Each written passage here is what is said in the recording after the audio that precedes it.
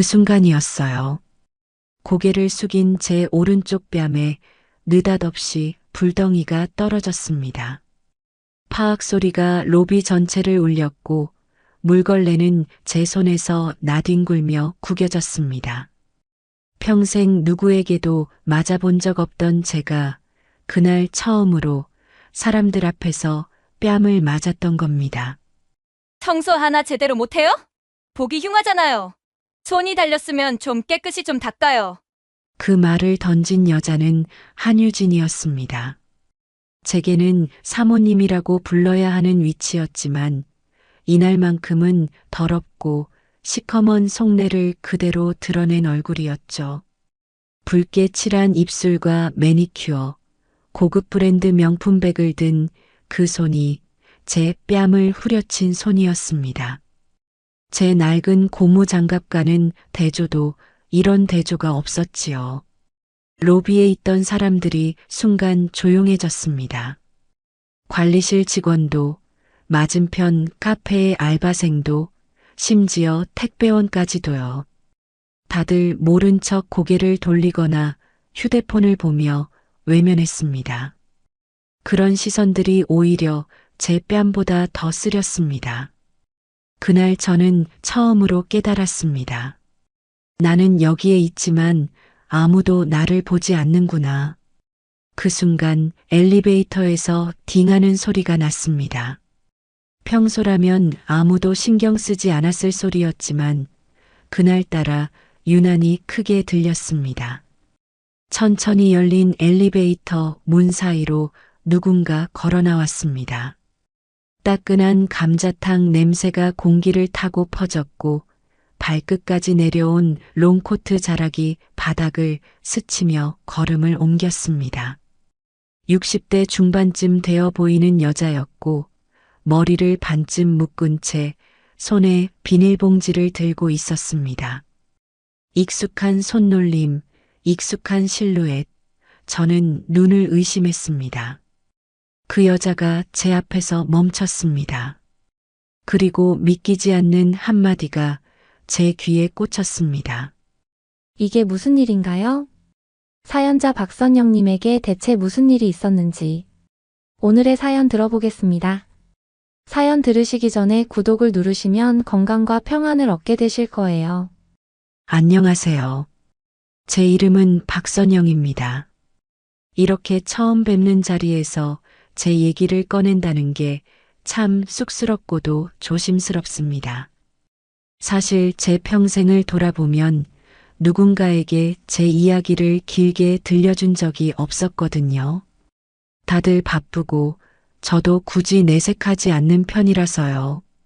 하지만 이제는 한 번쯤 저도 제 이야기를 풀어봐도 되지 않을까 그런 마음이 들었습니다. 너무 늦었다고요? 글쎄요. 늦은 게 어딨겠어요. 사람이 살아있는 한 매일이 처음 같고 매일이 마지막인 거리요. 저는 원래 그런 사람이었습니다. 튀지 않고 말수도 적고 시키는 일 묵묵히 하는 그런 사람이요. 어려서부터 집안 분위기가 그랬습니다. 아버지는 중학교 수학교사셨고 어머니는 동네에서 작은 재봉틀 가게를 운영하셨어요. 특별할 것 없는 소시민 가정이었죠. 하지만 저희 집엔 체면이라는 게 참 중요했습니다. 밖에서 흉보이면 안 된다. 남들 앞에서는 고개 숙이지 마라. 그런 가르침이 철칙처럼 내려왔거든요. 덕분에 저희 가족은 남들 눈엔 반듯해 보였겠지만 정작 안에서는 숨 쉴 틈 없이 조여오는 무언가가 있었어요. 제가 20살이 되던 해였습니다. 고등학교 졸업하고 대학 입학을 준비하고 있었는데 아버지가 친구분 사업 보증을 서줬다가 크게 엮이셨습니다. 당시에는 그런 일이 드물지 않았지만 막상 우리 집에 닥치고 보니 세상이 무너지는 기분이더군요. 몇 천만 원짜리 집이었는데 아버지 덕에 졸지에 수억 원 빚더미에 올라앉았죠. 요즘 기준으로 환산하면 십수억은 될 겁니다. 대문 앞에 빨간 딱지가 붙고 동네 사람들이 수군거리는 걸 보며 깨달았습니다. 체면이 무슨 소용인가. 빚 앞에선 누구나 고개를 숙인다는 걸요. 대학 진학은 당연히 물 건너갔습니다. 저는 그 길로 수원역 근처 작은 의류 공장에 취직했습니다. 재봉틀 다루는 법을 어머니한테 배워두었던 게 그나마 쓸모가 있었죠. 월급은 많지 않았지만 그래도 제 손으로 벌어 가족을 도울 수 있다는 자부심 하나로 버텼습니다. 공장 바닥에 흘러내린 천 조각들을 주워가며 일할 때마다 이런 생각이 들었어요. 이 조각들처럼 내 인생도 어딘가 한쪽이 찢어졌구나. 그래도 어머니는 매일 저를 다독였습니다. 선영아, 너는 착해서 복 받을 거야. 그 말이 저한텐 저주처럼 들렸습니다. 착하다고 복이 오는 세상이었다면 우리 집 대문에 딱지가 붙는 일도 없었을 테니까요. 그렇게 몇 년을 공장에서 보내고 있던 중 27이 되던 해였습니다. 아버지의 병환이 급격히 악화되었어요. 오랜 세월 마음고생이 쌓였던 탓이겠죠. 병원비는 산더미처럼 쌓였고 집안은 더 이상 버틸 힘이 없었습니다. 그때 어머니가 저를 불러 이렇게 말씀하셨습니다. 선영아, 결혼 생각해야지.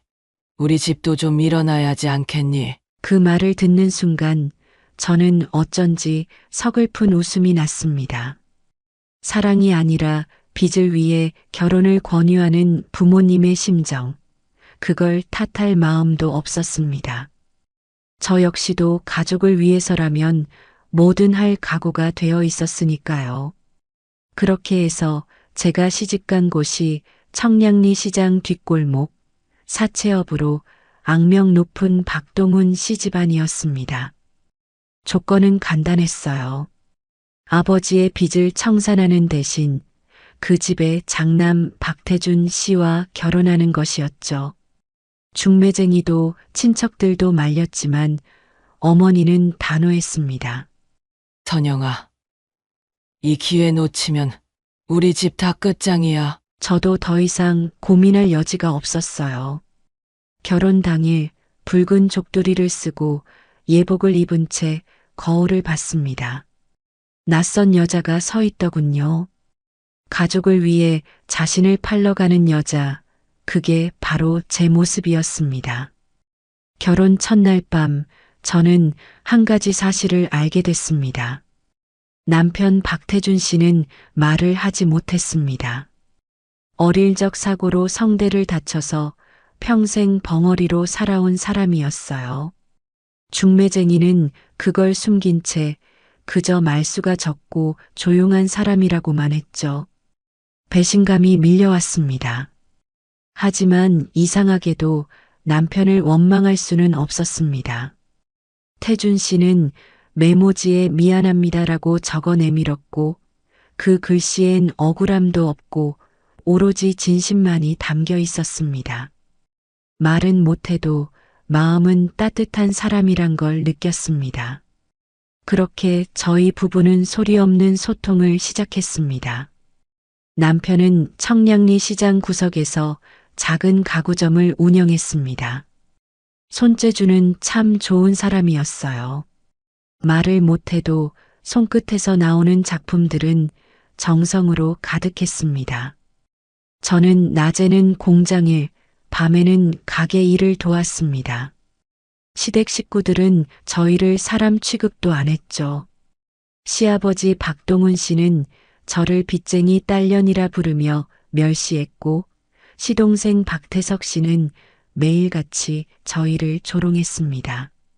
벙어리 형이나 빚쟁이 형수나 찰떡궁합이네. 그때마다 저는 이를 악물고 참았습니다. 견디는 법밖에 모르던 시절이었으니까요. 그러던 어느 날 그 일이 일어났습니다.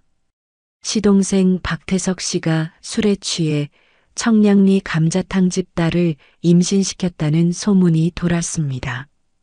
시아버지는 그걸 이용해 또다시 돈을 벌 속셈이었죠. 그렇게 해서 이서윤이라는 아이가 시집을 오게 됐습니다. 그때 저도 몰랐습니다. 그 아이와 저의 인생이 그렇게 얽히게 될 줄은요.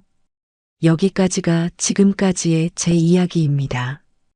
비루하고 구질구질한 인생 같지만 저는 한 번도 부끄럽다고 생각하지 않았습니다. 왜냐면 매 순간 최선을 다했으니까요. 누군가를 원망하며 시간을 흘려보내는 대신 하루하루 버티는 법을 배웠습니다. 그게 저 박선영이 살아온 방식이었고 앞으로도 그렇게 살아갈 겁니다. 시간은 흘러 어느새 나이가 훌쩍 먹어 청소일을 시작한 저는 그날도 늘 그렇듯 고무장갑을 끼고 물걸레질을 하고 있었습니다. 바닥에 엎질러진 반찬 국물, 지나는 사람들은 슬쩍 밟고 지나가며도 눈길 한 번 안 주더군요. 세상에 바닥을 닦는 일보다 쉬운 게 어디 있겠어요? 몸만 숙이면 되는 일이라지만 이상하게도 그 자세가 제 인생을 그대로 보여주는 것 같아서 늘 허리가 펴지질 않았습니다. 그 순간이었어요. 고개를 숙인 제 오른쪽 뺨에 느닷없이 불덩이가 떨어졌습니다. 파악 소리가 로비 전체를 울렸고 물걸레는 제 손에서 나뒹굴며 구겨졌습니다. 평생 누구에게도 맞아본 적 없던 제가 그날 처음으로 사람들 앞에서 뺨을 맞았던 겁니다. 청소 하나 제대로 못해요? 보기 흉하잖아요. 손이 달렸으면 좀 깨끗이 좀 닦아요. 그 말을 던진 여자는 한유진이었습니다. 제게는 사모님이라고 불러야 하는 위치였지만 이날만큼은 더럽고 시커먼 속내를 그대로 드러낸 얼굴이었죠. 붉게 칠한 입술과 매니큐어, 고급 브랜드 명품백을 든 그 손이 제 뺨을 후려친 손이었습니다. 제 낡은 고무 장갑과는 대조도 이런 대조가 없었지요. 로비에 있던 사람들이 순간 조용해졌습니다. 관리실 직원도, 맞은편 카페의 알바생도, 심지어 택배원까지도요. 다들 모른 척 고개를 돌리거나 휴대폰을 보며 외면했습니다. 그런 시선들이 오히려 제 뺨보다 더 쓰렸습니다. 그날 저는 처음으로 깨달았습니다. 나는 여기에 있지만 아무도 나를 보지 않는구나. 그 순간 엘리베이터에서 딩하는 소리가 났습니다. 평소라면 아무도 신경 쓰지 않았을 소리였지만 그날따라 유난히 크게 들렸습니다. 천천히 열린 엘리베이터 문 사이로 누군가 걸어 나왔습니다. 따끈한 감자탕 냄새가 공기를 타고 퍼졌고 발끝까지 내려온 롱코트 자락이 바닥을 스치며 걸음을 옮겼습니다. 60대 중반쯤 되어 보이는 여자였고 머리를 반쯤 묶은 채 손에 비닐봉지를 들고 있었습니다. 익숙한 손놀림, 익숙한 실루엣, 저는 눈을 의심했습니다. 그 여자가 제 앞에서 멈췄습니다. 그리고 믿기지 않는 한마디가 제 귀에 꽂혔습니다. 선영이 언니? 그 순간 로비의 공기가 얼어붙었습니다. 그 목소리, 그 떨림, 저 역시 숨을 멈춘 채 그 여자를 바라보았습니다. 손에 들고 있던 비닐봉지가 바닥에 떨어지며 김이 모락모락 피어올랐습니다. 저는 그 김 너머로 1985년 봄 청량리 시장 뒷골목을 떠올렸습니다. 피범벅이 된 얼굴로 제 무릎에 엎드려 엉엉 울던 그 아이 바로 이서윤이었죠. 서윤이는 주저앉듯 무릎을 꿇더니 제 손을 덥석 잡았습니다. 그 손이 참 따뜻했습니다. 마치 그날 밤 도망가던 길목에서 제 손을 움켜잡던 그때처럼요. 서윤이의 입에서 떨리는 목소리가 다시 터졌습니다. 형님 세상에 형님을 여기서 다시 만나다니. 사람들의 시선이 다시 쏠렸습니다. 방금 전 제 뺨을 후려쳤던 한유진도 엘리베이터 앞에 얼어붙은 채 우리를 경계하듯 바라보고 있었습니다. 서윤이는 울먹이며 고개를 들더니 유진을 향해 얼음장 같은 눈빛으로 물었습니다. 유진아, 너 지금 뭐 한 거야? 유진은 갑자기 당황한 기색으로 한 걸음 물러섰습니다. 어머니, 저 그게 변명조차 제대로 잊지 못했습니다. 그제야 알았습니다. 한유진이 이서윤의 며느리였다는 사실을요. 이 모든 상황이 퍼즐처럼 맞춰지기 시작했습니다. 서윤이는 유진을 뚫어지게 바라보다가 다시 로비 전체를 울리는 목소리로 외쳤습니다. 너 지금 때린 이분이 누구신지 알기나 해? 그 목소리엔 분노와 함께 오래 묻어둔 그리움이 실려 있었습니다. 그녀가 손에 들고 있던 감자탕 봉지를 내려놓으며 말을 이어갔습니다. 이분은 내 목숨을 구해준 분이야. 로비 전체가 정지한 듯 조용해졌습니다. 숨소리조차 낯설게 들릴 정도로 적막했습니다. 저는 그 자리에 그대로 서서 한쪽 뺨의 열기와 함께 묵은지 냄새가 섞인 공기 속에서 울컥 치밀어 오르는 감정을 꾹 눌렀습니다. 유진은 뒤로 천천히 물러서더니 고개를 푹 숙였습니다. 그 당당하던 여자의 어깨가 움츠러들고 있었습니다. 참 신기했어요. 돈 있고 힘 있는 사람 앞에서는 꼬리를 흔들던 그 여자가 지금은 왜 저렇게 작아지는지 말입니다. 서윤이가 제 손을 다시 잡았습니다. 형님, 저를 기억하세요? 그 눈에서 흘러내리는 눈물을 보며 저도 모르게 입가가 떨렸습니다. 울면 안 된다고 스스로를 달래려 했지만 그 말에 심장이 내려앉았습니다. 어떻게 있겠니, 서윤아. 내가 매일 밤 내 꿈에 나오는데 그 말이 떨어지자 서윤이는 참았던 울음을 터뜨렸습니다. 마치 40년 전으로 돌아간 것처럼 제 무릎 위에 얼굴을 묻고 엉엉 울었습니다. 형님, 그날 밤 형님이 아니었으면 저는 지금 이 세상 사람이 아니었어요. 그날의 기억이 파도처럼 밀려왔습니다. 눈물이 고인 서윤이의 얼굴, 그 얼굴 위로 비추는 로비의 형광등 불빛이 아찔하게 흔들렸습니다. 40년 전 저는 서윤을 품에 안고 세상의 손가락질을 온몸으로 막아냈습니다. 그 기억이 지금 제 뺨을 다시 스치는 듯 했습니다. 한유진은 입술을 깨물며 한마디도 하지 못했습니다. 그 자신감 넘치던 여자의 눈빛이 이젠 초라하게 빛나고 있었습니다.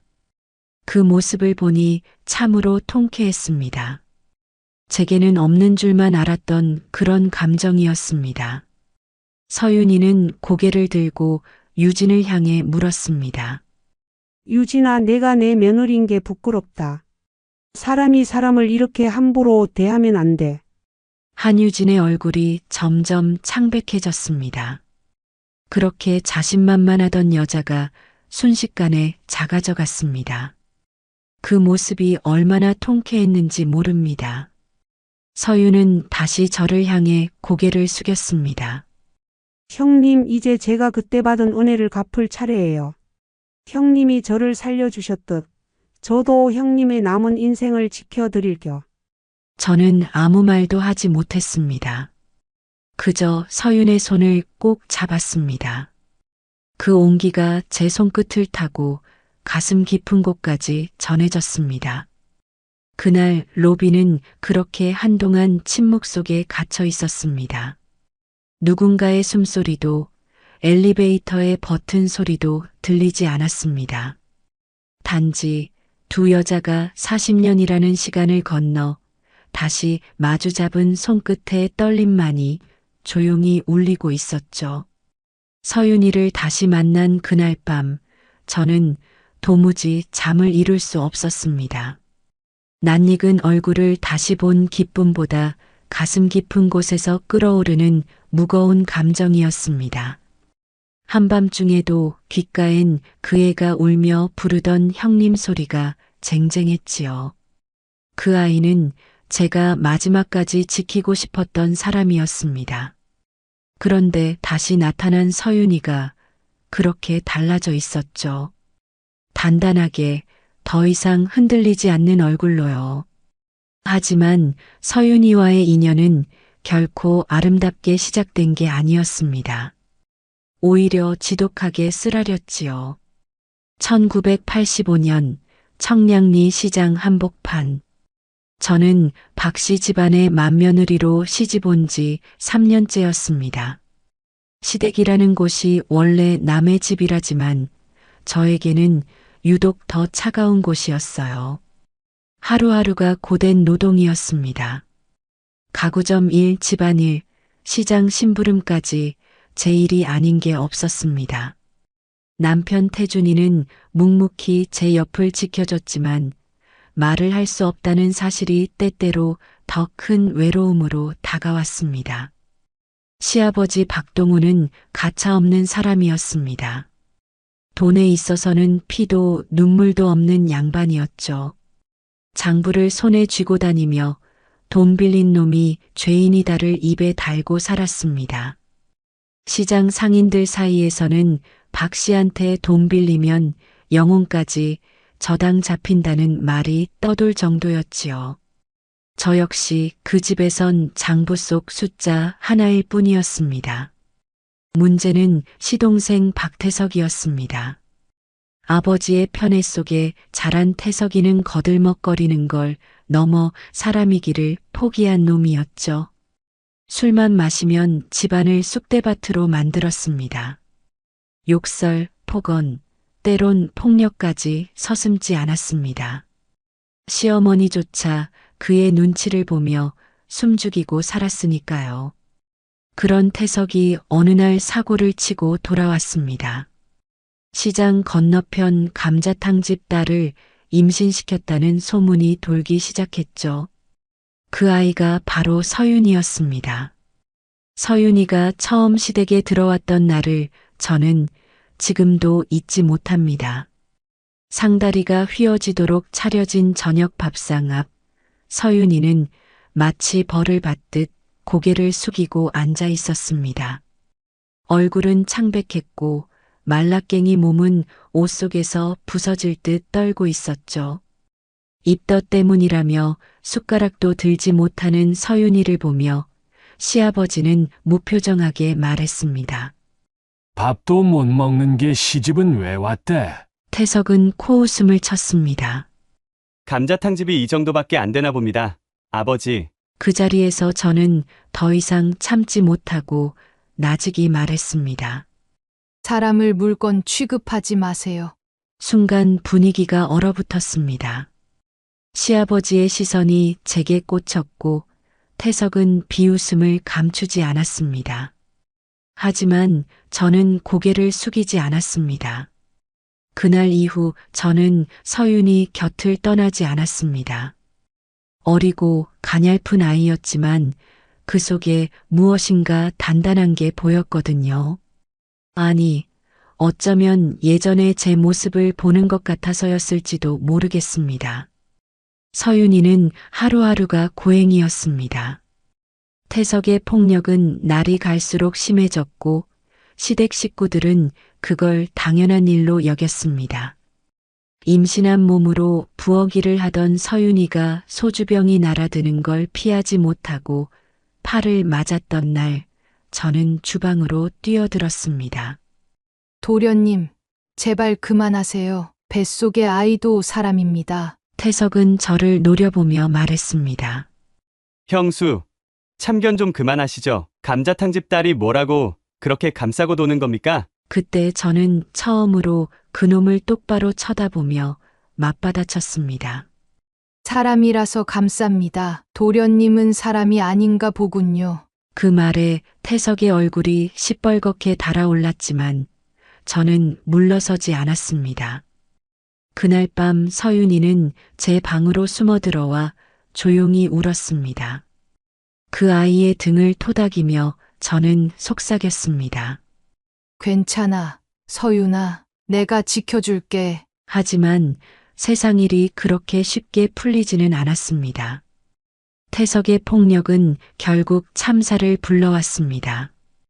임신 8개월 차였던 서윤이가 태석의 발길질에 배를 맞고 피를 흘렸던 그날 밤, 저와 남편은 불이 나게 그녀를 병원으로 옮겼습니다.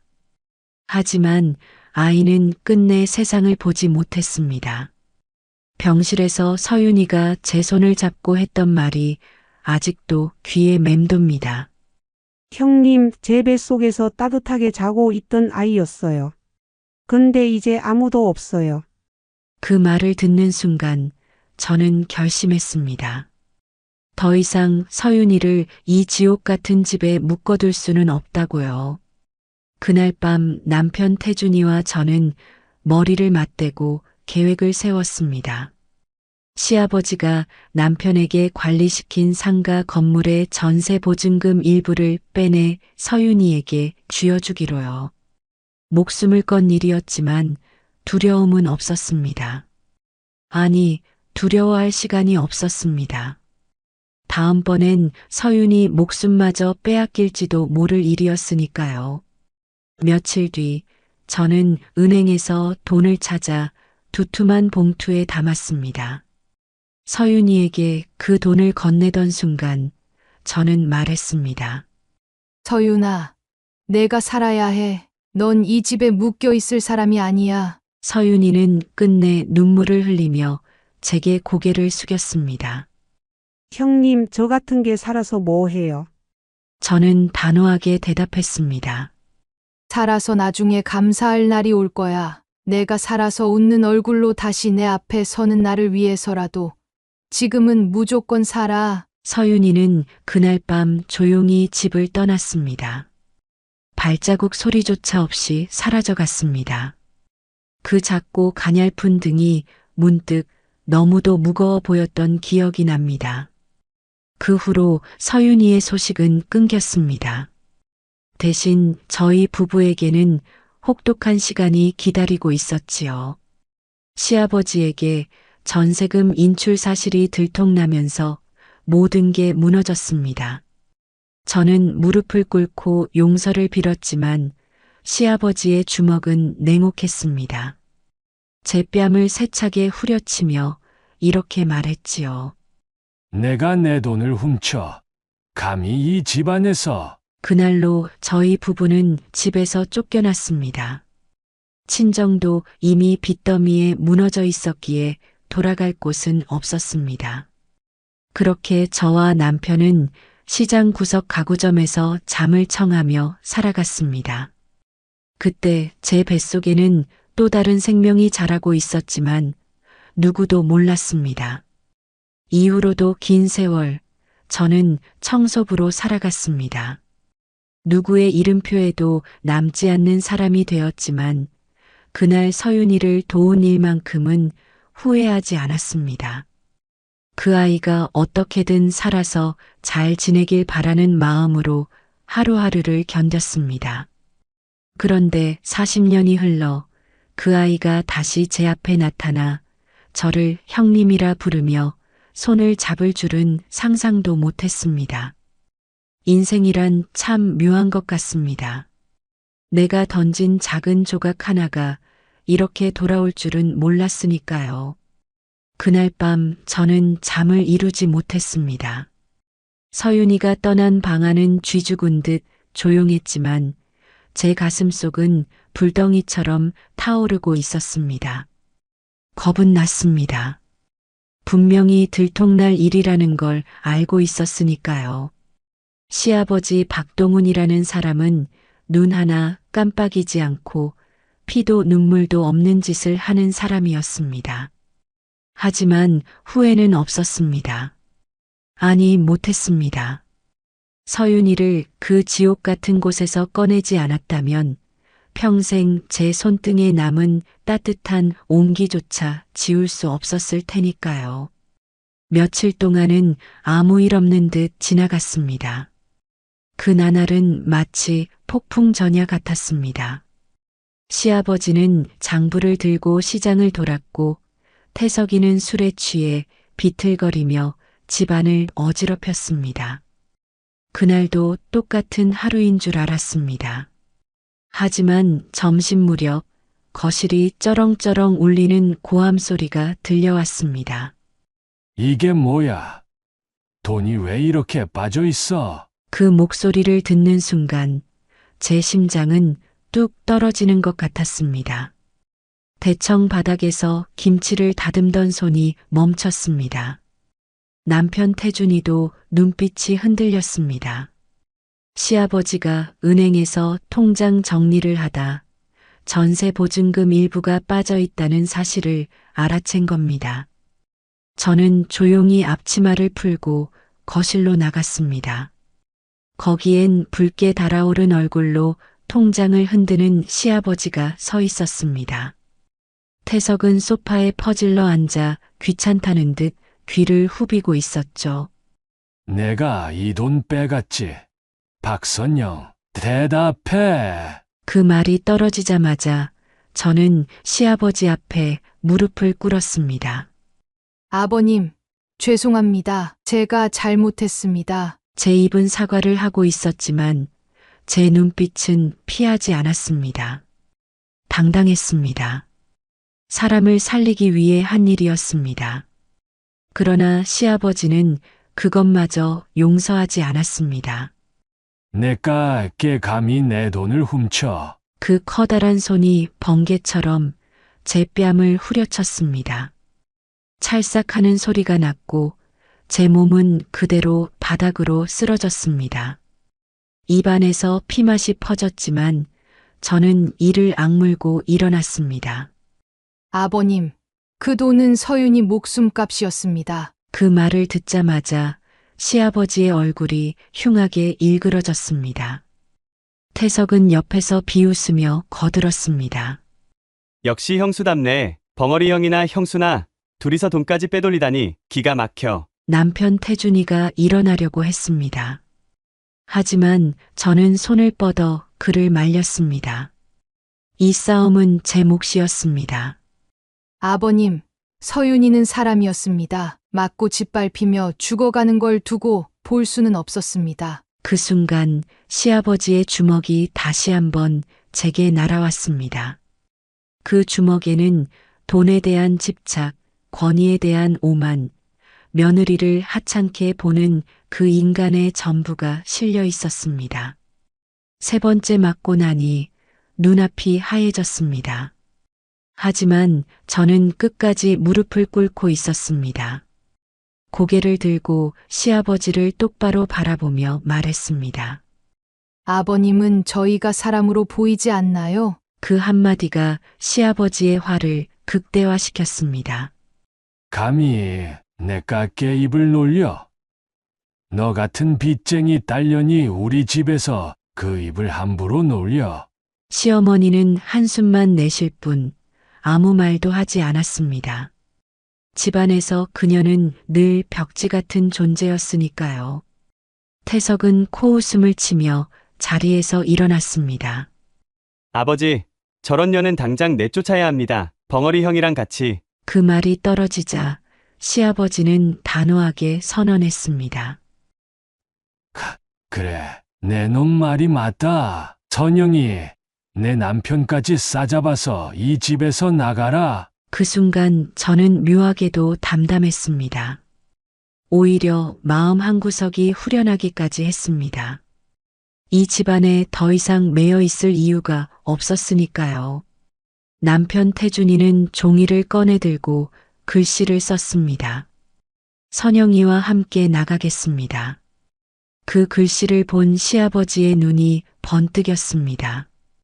벙어리가 뭘 안다고. 나가면 굶어 죽을 놈들이. 저는 마지막으로 고개를 숙이며 말했습니다. 그 굶어 죽는 길이 이 집에 남는 것보단 낫습니다. 아버님. 그렇게 저희 부부는 박 씨 집안에서 쫓겨났습니다. 남편과 저는 시장 골목 작은 가구점으로 향했습니다. 집이라 부를 곳은 거기뿐이었습니다. 작은 작업대가 있는 그곳에서 우리는 그날부터 살기 시작했습니다. 밤이면 작업대 위에 이불을 깔고, 낮이면 남편은 가구를 깎고, 저는 건물 청소를 하며 생계를 이어갔습니다. 제가 그렇게 거리로 나앉던 날, 제 뱃속에는 새로운 생명이 자라고 있었습니다. 3개월 차였지만 아무도 몰랐습니다. 심지어 남편도요. 그런 고된 날들 속에서도 저는 그 아이를 지킬 거라는 다짐을 했습니다. 서윤이를 지키지 못한 그날 밤, 제 가슴에 남은 죄책감이 이번에는 아이를 지켜야 한다는 사명으로 바뀌었으니까요. 친정으로 돌아가는 건 애초에 불가능했습니다. 아버지는 세상을 떠났고 어머니는 빚을 갚느라 서울을 떠났습니다. 언니는 남편 집에서 쫓겨나지 않으려 저와 연락을 끊었고 오빠는 군복무 중 연락조차 없었습니다. 저는 남편과 둘이서만 버텨야 했습니다. 밤이면 시장 바닥에 쏟아지는 전구 불빛 아래에서 남편과 저는 소리 없는 대화를 나눴습니다. 남편은 손짓과 필기구로, 저는 눈빛과 손등으로 답했습니다. 말은 없었지만 그 시간만큼은 세상의 소음에서 벗어나 오로지 우리 둘만 존재하는 시간이었습니다.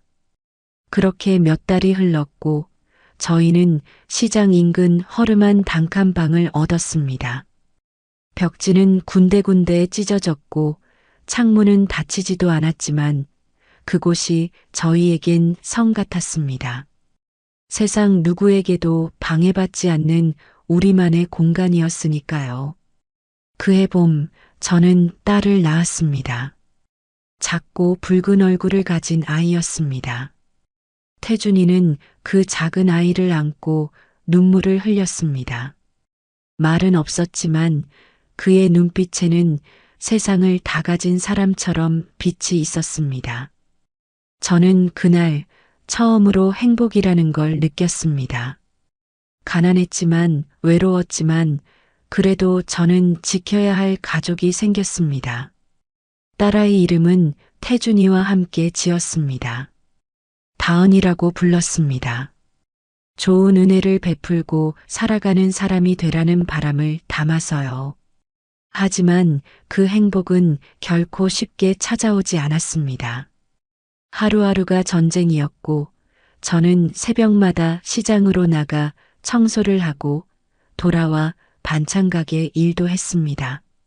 그럼에도 불구하고 딸아이를 품에 안고 있으면 세상의 먼지쯤은 기꺼이 닦을 수 있었습니다.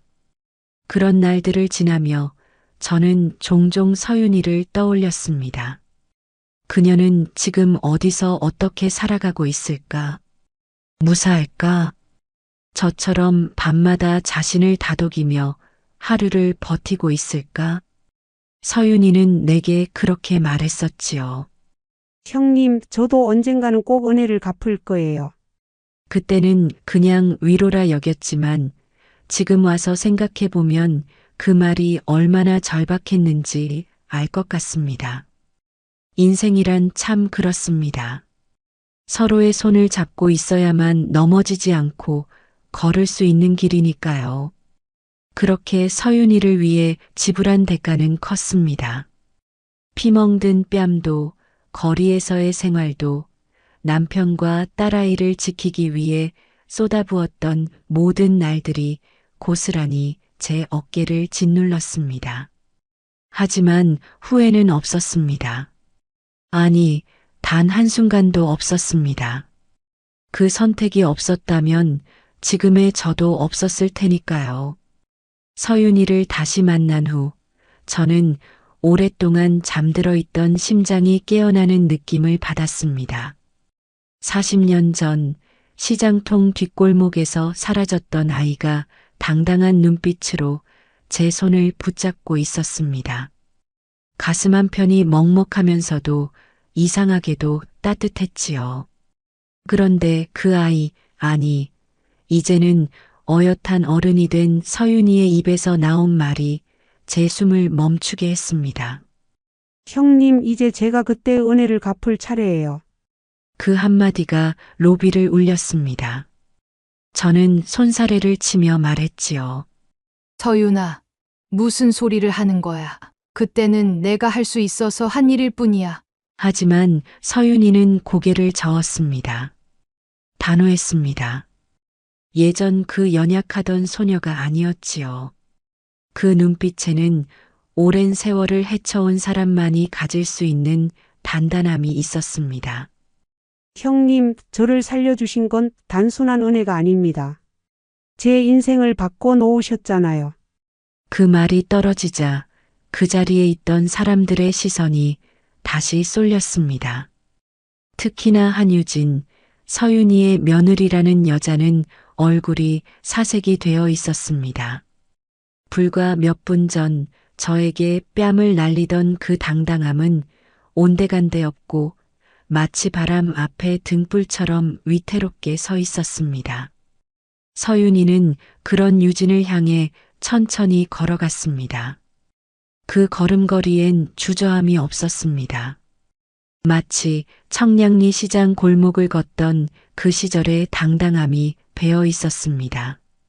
유진의 앞에 멈춰선 서윤이가 낮고 단단한 목소리로 물었습니다. 유진아, 내가 내 며느리인 걸 부끄러워하게 만들지 마라.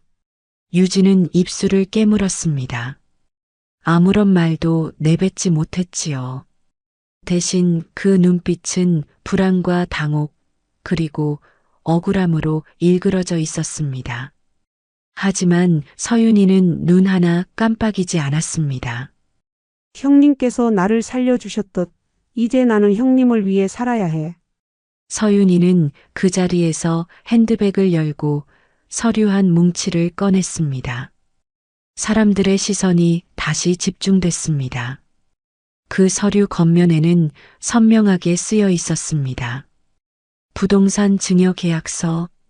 서윤이는 그것을 유진 앞에 내밀었습니다. 원래 이 건물 오늘 너한테 넘기려던 거다. 그 한마디에 유진의 눈이 휘둥그레졌습니다.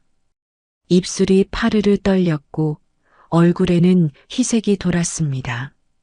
하지만 서윤의 다음 말이 그녀를 다시 지옥으로 끌고 내려갔습니다. 하지만 못 주겠다. 유진은 마치 벼락을 맞은 것처럼 얼어붙었습니다. 그 모습이 어찌나 가소롭던지 저는 속으로 비죽 웃음이 났습니다. 입으로는 고개를 숙였지만 속으로는 천하를 다 가진 듯한 기분이었습니다. 유진이 어색한 미소를 지으며 말했습니다. 어머니, 제가 방금 한 건 실수였어요. 기분이 좀 상해서 그랬을 뿐이에요. 다신 안 그럴게요. 서윤은 그런 유진을 비웃듯 고개를 저었습니다. 실수? 사람 얼굴을 때린 게 실수라고? 그 말에 유진의 얼굴이 굳어졌습니다. 하지만 서윤은 거기서 멈추지 않았습니다. 그녀는 서류를 한 장 한 장 천천히 찢기 시작했습니다. 종이가 찢어지는 소리가 로비를 가득 메웠습니다. 사람들의 입에서 탄식이 터져나왔고 유진은 그 자리에 주저앉다시피 했습니다. 이 건물 줄 수 없다. 내가 내 며느리로서 해야 할 도리를 망각했으니까. 유진의 얼굴에서 피기가 싹 가셨습니다. 평소에는 그렇게 당당하고 세상 무서울 게 없는 것처럼 굴던 여자가 말이지요. 서윤은 마지막 한 장을 찢으며 말했습니다. 내가 때린 이분이 누구신지 알지도 못한 채 내 손을 함부로 휘둘렀지. 그 대가를 치러야 한다. 로비 전체가 숨을 죽였습니다. 서윤의 목소리는 낮지만 또렷했습니다. 저는 그저 묵묵히 서서 제 뺨을 스친 뜨거운 감각을 느끼며 그녀의 뒷모습을 바라봤습니다. 서윤은 찢어진 서류 조각을 모아 테이블 위에 올려두고 제 손을 잡았습니다. 그 손은 여전히 따뜻했습니다. 손등에 굳은 살, 주름진 손가락, 그 모든 것들이 지난 세월을 말해주고 있었습니다. 형님, 저를 여기까지 오게 한 건 형님이 주신 그 봉투였습니다. 그날 그 돈이 제 인생을 바꿔놨어요. 이제 그 빚을 갚을 차례입니다. 저는 고개를 저었습니다. 서윤아, 그건 빚이 아니야. 그저 사람이 사람을 도운 거였어. 하지만 서윤은 미소를 지으며 말했습니다. 형님, 세상에 공짜는 없어요. 저는 제 방식으로 형님께 보답하고 싶습니다. 그 말에 저는 가슴 한켠이 뜨거워졌습니다. 그동안 버텨왔던 모든 고생이 스르르 녹아내리는 기분이었지요. 서윤은 그 자리에서 또 다른 서류를 꺼냈습니다. 이번엔 등기부 등본이었습니다. 형님, 이 건물 형님 앞으로 이전할 거예요. 저한테는 다른 건물도 많아요. 하지만 형님께는 이 건물이 남다를 거예요. 저는 두 손을 내저었습니다. 서윤아, 난 그런 거 받을 자격 없어. 난 평생 남의 집 청소만 하며 살아온 사람이야. 서윤은 조용히 제 손등을 감싸쥐었습니다. 형님, 그 손이 제 생명을 건졌잖아요. 이제 그 손이 만든 삶, 제가 되돌려 드려야죠. 그 순간 한유진이 자리에서 벌떡 일어나 외쳤습니다. 말도 안 돼요. 어머니, 제가 몇 년 동안 이 건물 위에 일한 건 어떻게 되는 거죠? 서윤은 차갑게 유진을 바라봤습니다. 너는 일한 게 아니야. 욕심을 부린 거지. 유진은 더 이상 말을 잇지 못했습니다. 그 당당하던 입술이 파르르 떨렸지만 서윤의 단호함 앞에서는 한마디도 할 수 없었습니다. 서윤은 고개를 돌려 저를 바라봤습니다. 형님이 제게 건네준 희망을 이제 제가 형님께 돌려드릴게요. 그 말을 듣는 순간 제 눈에서 눈물이 주르륵 흘러내렸습니다. 감히 상상도 못했던 일이 눈앞에서 벌어지고 있었습니다. 세상은 참 묘합니다. 그때는 작고 미약한 선택이었지만 40년이 지나 이렇게 큰 울림으로 돌아오다니요. 서윤은 제 손을 꼭 잡고 말했습니다. 형님, 우리 이제 함께 살아가요. 형님 덕분에 제가 살아있고 지금의 제가 있는 거니까. 그 말에 저는 더 이상 거절하지 못했습니다. 입술을 깨물고 고개를 끄덕였습니다. 그날 이후 제 인생은 완전히 달라졌습니다. 더 이상 남의 건물 바닥을 닦지 않아도 되었고 서윤이 건네준 따뜻한 손길 덕분에 저는 다시 고개를 들고 걸을 수 있게 되었습니다. 하지만 이야기는 아직 끝나지 않았습니다. 이 건물을 어떻게 가꾸고 서윤과 함께 어떤 길을 걸어갈지 아직 시작일 뿐이었으니까요. 서윤이 제 손에 그 증여 서류를 얹혀주던 순간 저는 솔직히 말문이 막혔습니다. 평생 남의 건물 바닥을 닦고 휴지 조각 같은 시급 봉투를 쥐고 살던 제가 갑자기 건물주가 된다니요. 믿기지 않았습니다. 오히려 이게 서윤이가 준비한 거대한 장난은 아닌가 싶을 정도였지요. 하지만 그 아이, 아니, 이제는 어엿한 사장님인 서윤이의 눈빛은 장난이라고는 눈곱만큼도 섞이지 않았습니다. 그 눈빛이 말하고 있었습니다. 형님, 이게 마땅한 순서예요. 라고요. 서윤아, 이건 아니야. 난 이런 걸 받을 사람이 아니야. 제가 애써 손을 빼내려 했지만 서윤은 오히려 더 단단히 제 손을 감쌌습니다. 손등에 닿은 그녀의 체온이 따뜻했습니다. 마치 그 시절 주방 구석에서 떨고 있던 아이를 품에 안았던 그때처럼요. 형님, 저도 한때는 그렇게 생각했어요. 저 같은 게 뭘 할 수 있겠냐고. 하지만 형님이 아니었다면 저도 이 세상에 없었을 거예요. 그 말에 저는 더 이상 무어라 할 수 없었습니다.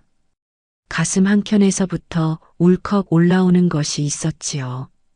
입술을 깨물고 고개를 떨구었지만 서윤은 저를 꼭 잡고 놓아주지 않았습니다. 형님이 그때 제게 건넸던 봉투, 그게 제 전부였어요. 이제 그 전부를 돌려드릴 차례예요. 이번엔 제가 형님을 지킬게요. 그녀의 목소리는 한치의 망설임도 없었습니다. 그 단단한 마음이 고스란히 저에게 전해졌습니다. 저는 그제야 깨달았습니다. 서윤이 제게 주려는 건 단순한 건물이 아니라 함께 견뎌온 세월에 대한 감사였다는 거요. 그래, 서윤아. 그럼 너의 마음을 받겠다. 허투루 받지 않겠다. 그렇게 제 손은 증여계약서 위에 도장을 찍었습니다. 손끝이 떨렸지만 그 떨림은 더 이상 두려움 때문이 아니었습니다. 오히려 처음으로 내 삶을 내 손으로 선택한다는 기분 때문이었습니다. 그날 저녁 저는 남편 태준이에게 그 소식을 전했습니다. 가구점 뒷방, 허름한 전구 아래서 우리는 소리 없는 대화를 나눴습니다. 태준이는 메모지에 천천히 글씨를 썼습니다. 수고했다. 자랑스럽다. 그 짧은 문장이 제 가슴을 울렸습니다. 평생 말을 할 수 없었던 이 사람이 전하는 세 글자가 그 어떤 말보다 무겁게 와닿았습니다. 저는 그의 손을 잡고 말했습니다. 여보, 우리 이제 새로 시작하자. 남들 눈치 안 보고 우리 둘만의 가게를 내보자고. 태주는 고개를 끄덕였습니다. 눈가가 촉촉하게 젖어 있었습니다. 말하지 않아도 알 수 있었습니다. 그도 저와 같은 마음이라는 걸요. 며칠 뒤 저희 부부는 딸 다은이를 불렀습니다. 다은이는 저희와 달리 도시 아이답게 똑똑하고 야무진 성격이었습니다. 회사 일로 바빴지만 부모의 부름에 두말 없이 달려왔습니다. 엄마, 아빠 무슨 일이에요? 왜 이렇게 진지해요? 저는 그 아이를 마주보며 말했습니다. 다은아, 우리 가게를 하나 열까 한다. 작은 반찬 가게야. 엄마랑 아빠가 평생 해온 일. 이번엔 우리 이름 걸고 해보려 한다. 다은이의 눈이 동그랗게 커졌습니다. 정말요? 근데 돈은요? 대출이라도 받으시게요? 저는 서윤이 건물 이야기를 조심스럽게 꺼냈습니다. 다은이는 처음엔 믿지 않았습니다. 저와 마찬가지로 말이 안 되는 일이라 여긴 거죠. 하지만 모든 과정을 듣고 난 뒤 그녀의 눈에도 눈물이 고였습니다. 엄마, 정말 멋져요. 그렇게 힘든 시간들을 지나오셨는데 결국 이런 날이 오네요. 그날 저희 가족은 오랜만에 삼겹살을 구워 먹었습니다. 조촐한 상차림이었지만 그 어느 때보다 풍성하게 느껴졌습니다. 남편은 익숙한 손짓으로 저와 다은이에게 고기를 구워 주었고 다은이는 엄마 아빠를 보며 환하게 웃었습니다. 그렇게 저희는 건물 1층에 작은 가게를 열기로 결심했습니다. 이름은 정성의 맛으로 정했습니다. 세련된 이름보다는 우리 부부가 손으로 빚어낸 삶을 그대로 담고 싶었기 때문입니다. 다은이는 옆칸에 작은 카페를 내겠다고 했습니다. 서윤도 기뻐했습니다. 정말이지 인생이란 어디로 흐를지 모르는 강과도 같습니다. 그날 시장통 작은 가구점에서 시작된 저희 부부의 삶이 이렇게 새로운 길을 열게 될 줄은 꿈에도 몰랐습니다. 그렇게 저희 가게는 하나둘 준비를 마쳐갔습니다. 반찬 냉장고가 들어오고 카페에는 원목 테이블이 놓였습니다. 남편 태준이가 손수 깎은 나무 간판도 달렸습니다. 정성의 맛이라는 내내 글자가 투박하지만 따뜻하게 새겨져 있었습니다. 개업날 동네 주민들이 삼삼오오 몰려왔습니다. 평소 청소하던 곳에서 가게를 연다는 소문이 퍼졌던 모양이었습니다. 다들 반신반의하는 얼굴로 찾아왔지만 저희가 내놓은 묵은지, 볶음과 감자조림, 고사리나물을 맛본 후엔 하나같이 엄지손가락을 치켜 세웠습니다. 이게 진짜 집밥이지. 요즘 어디서 이런 맛을 봐. 그 한마디에 저는 숨이 멎을 것 같았습니다. 그동안 세상에서 인정받지 못했던 제 손끝이 처음으로 누군가에게 가닿은 순간이었으니까요. 그날 가게 문을 닫고 남편과 마주 앉았습니다. 태준이는 메모지에 짧게 썼습니다. 고생했다. 이제 우리 시간이다. 저는 그의 손을 꼭 잡았습니다. 거칠고 투박하지만 저를 평생 지탱해준 그 손을요. 서유는 늦게까지 가게를 지켜보다가 저에게 말했습니다. 형님 오늘 진짜 행복했죠? 앞으로 매일이 이럴 거예요. 그 말을 들으며 저는 창밖을 바라봤습니다. 어둑해진 시장 골목 끝에서 환하게 빛나는 가로등 불빛처럼 제 인생도 늦게나마 환히 빛나고 있었습니다. 아직 넘어야 할 산은 많겠지요. 유진 같은 사람도 또 나타날 겁니다. 하지만 저는 더 이상 고개를 숙이지 않을 겁니다. 그게 서윤이 제게 가르쳐준 삶이니까요. 가게가 문을 연 지 한 달이 지나면서 저는 처음으로 내 일터라는 말을 입에 올렸습니다. 정성의 맛이라는 이름을 달고 남편 태준이와 딸 다은이 그리고 제 손으로 만들어낸 반찬들이 하루하루 사람들의 식탁 위에 올라갔습니다. 묵은지, 볶음, 감자조림, 들깨 시래기국 같은 소박한 음식들이었지만 그 맛에는 저희 가족이 살아온 세월이 고스란히 배어 있었습니다. 새벽이면 태준이와 함께 손질한 재료를 다듬었고 다은이는 옆가게 카페를 열며 손님을 맞이했습니다. 사람들은 반찬을 사며 카페에서 잠시 쉬어가곤 했습니다. 시장통 한복판에서 자그마한 기적이 일어나고 있었지요. 하지만 인생이라는 게 그렇게 순탄할 리가 없었습니다. 그날도 평소처럼 바쁜 하루였습니다. 시장 인근 직장인들이 점심 도시락을 사러 몰려왔고 저는 분주히 반찬을 담았습니다. 그때였습니다. 가게 유리문이 조용히 열리더니 익숙한 발소리가 들려왔습니다. 고운 결의 힐소리, 무심한 듯 거친 숨결. 유진이었습니다. 그녀는 차마 눈을 마주치지 못하고 가게 안으로 들어왔습니다. 고급 브랜드 코트와 명품 가방, 번드르르한 외양은 그대로였지만 그 안의 사람은 많이도 초라해져 있었습니다. 얼굴은 창백했고 입술엔 생기가 없었습니다. 어머님, 박 여사님, 드릴 말씀이 있어서 왔습니다. 유진의 말투는 여전히 고상한 척을 하고 있었지만 그 속에 깃든 불안과 조급함은 가릴 수 없었습니다. 손님들의 시선이 슬쩍 우리 쪽으로 쏠렸습니다. 다은이는 카페 쪽에서 일을 지켜보다가 조용히 고개를 저었습니다. 저는 물끄러미 유진을 바라보았습니다. 뺨을 때리던 그 당당한 얼굴이 이제는 무너진 성처럼 조각나 있었습니다. 유진아, 여긴 장사하는 곳이다. 할 말이 있으면 밖에서 하지. 그 말에 유진은 얼굴을 붉히며 고개를 숙였습니다. 부탁드립니다. 잠깐이면 됩니다. 저는 앞치마를 벗고 가게 문을 잠갔습니다. 다은이는 저를 말리고 싶어 했지만 저는 그 아이의 손을 토닥였습니다.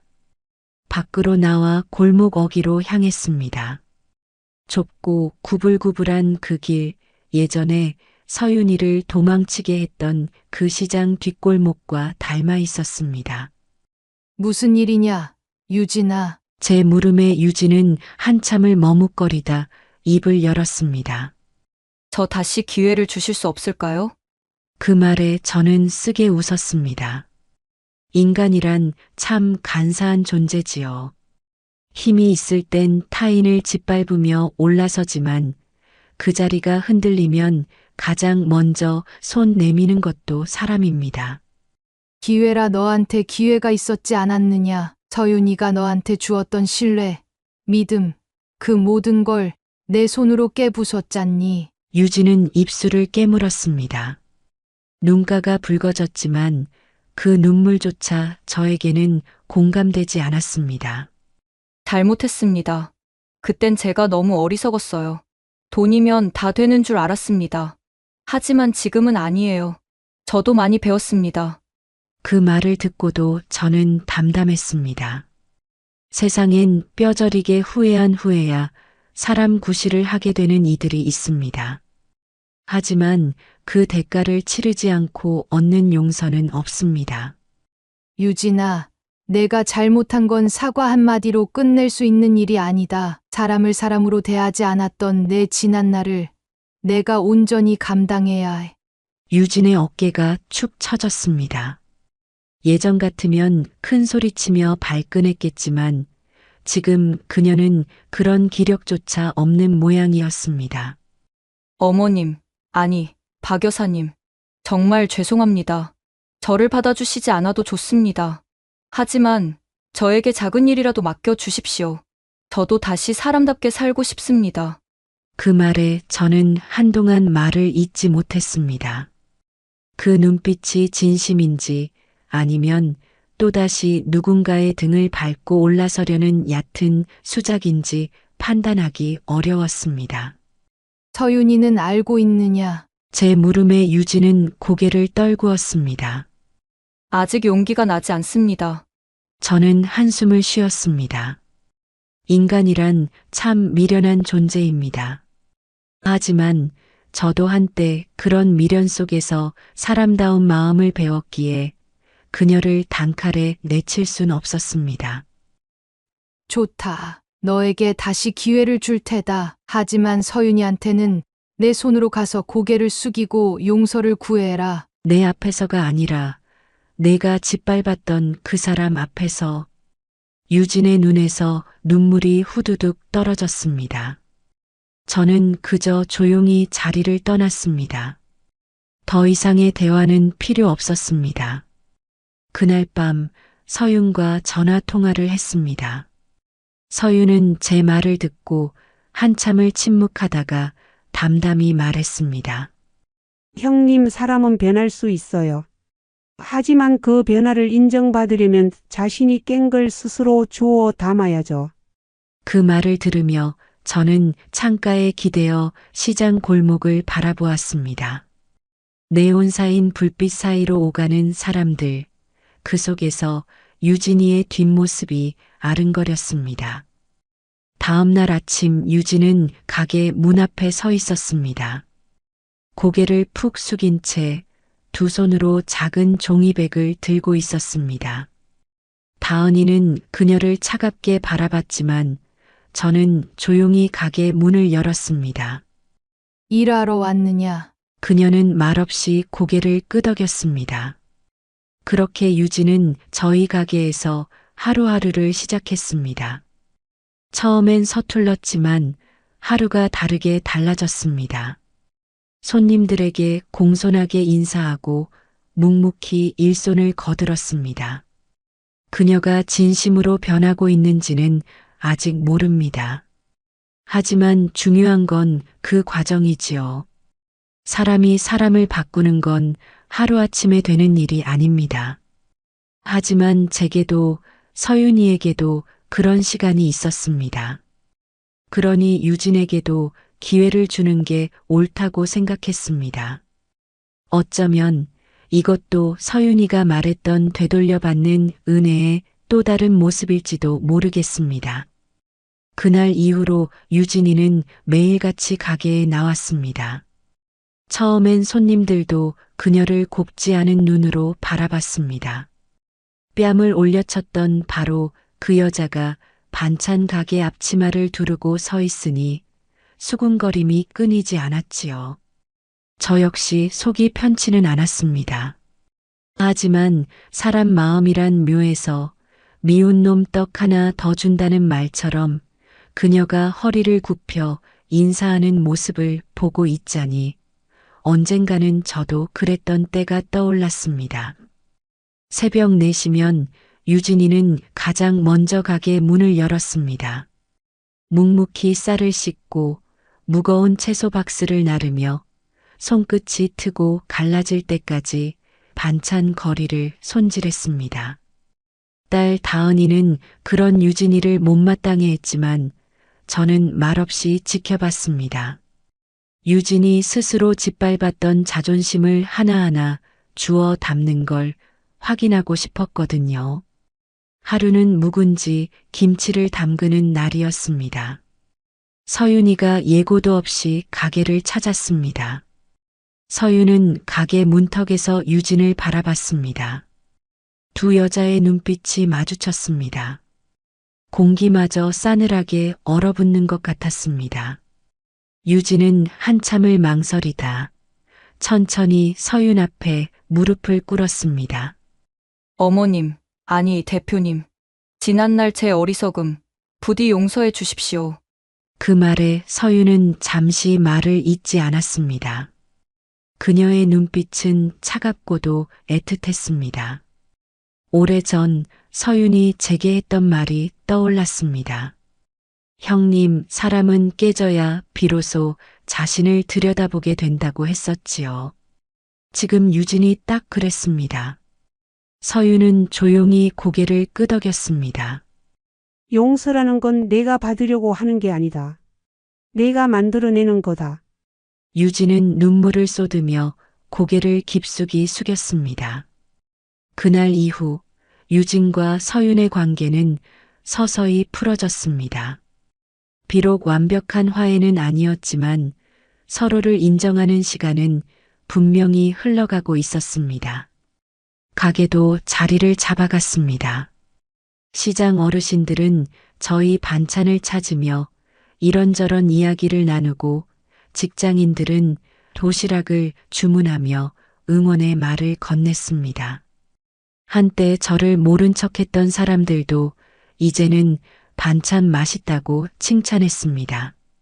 남편 태준이는 가게 뒤편에서 목공의 소품을 만들기 시작했습니다. 작은 도마, 반찬 그릇 받침, 이름표까지 말 한마디 없이 묵묵히 만들어내는 그 손길이 얼마나 정성스러운지 손님들은 오히려 태준이 작품을 더 찾았습니다. 벙어리라는 이유로 세상에서 밀려나 있었던 남편이 이제는 당당히 자신의 이름을 걸고 일하는 모습을 보며 제 가슴은 매일같이 벅차올랐습니다. 딸 다은이도 카페를 잘 꾸려가고 있었습니다. 다은이는 아침마다 저에게 커피를 내려주며 말했습니다. 엄마, 이제 남의 집이 아니라 우리 집 카페에서 엄마랑 얘기하는 게 제일 좋아요. 그 한마디에 저는 속으로 얼마나 울었는지 모릅니다. 평생 남의 집 먼지를 닦느라 정작 제 딸과는 눈 맞추고 대화할 시간이 없었던 제가 이제는 커피 한 잔 앞에 두고 딸과 웃으며 이야기할 수 있게 되었으니까요.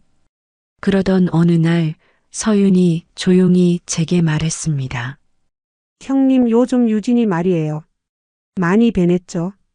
저는 고개를 끄덕였습니다. 물론 여전히 경계는 놓지 않았지만 유진은 매일 아침 저보다 먼저 출근했고 손님에게 허리를 90도 숙이며 인사했습니다. 그 진심을 저는 모를 리 없었습니다. 사람은 스스로를 깎아낼 때 진짜 변하는 거지. 유진이도 그걸 알아가고 있는 거야. 서윤은 미소를 지었습니다. 형님이 예전에 저한테 해주셨던 말 기억하세요? 사람답게 살아라. 유진이도 언젠가는 그 말을 깨달을 거예요. 그 말을 듣고 저는 창밖을 바라봤습니다. 시장 골목 끝 햇살이 유난히 따사롭게 내리쬐고 있었습니다. 오늘의 사연 들으시고 어떤 생각이 드셨나요? 사연자분께 해주고 싶으신 말씀 있으시면 댓글 부탁드리고 구독을 누르시면 여러분께 내일 좋은 소식이 찾아올 거예요. 그럼 다음 사연에서 만나 뵙겠습니다. 감사합니다.